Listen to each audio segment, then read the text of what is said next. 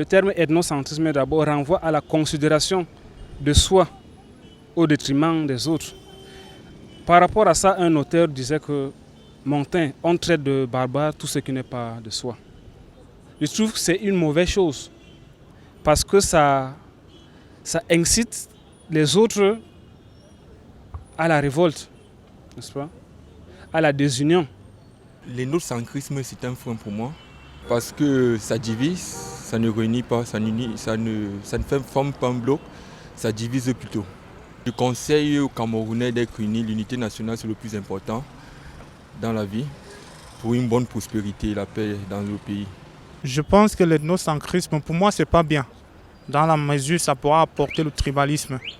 Donc, il ne faudra pas se dire c'est parce que je suis étonné peut-être que je vais valoriser ma tribu. Non, nous sommes tous Camerounais, donc en quelque sorte, nous devrons prôner le vivre ensemble.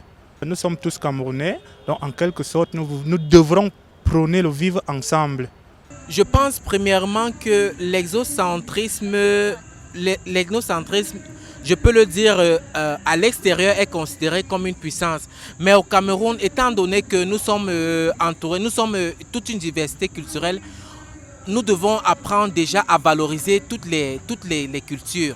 Nous ne devons pas prôner la nôtre parce que qui vous dit par exemple qu'à côté la culture de l'autre n'est pas importante? Qui vous dit que vous avez le monopole des compétences? Qui vous dit que votre culture elle est la plus grande, elle est la plus implémentatrice? Je pense que l'ethnocentrisme ne devrait pas être prôné au Cameroun. Ensemble, nous devons nous unir, nous devons unir toutes les cultures parce que c'est dans l'union, c'est l'union qui fait la force. Les humains, par définition, sont différents. Ils sont différents par l'apparence, par la langue, par la taille, etc.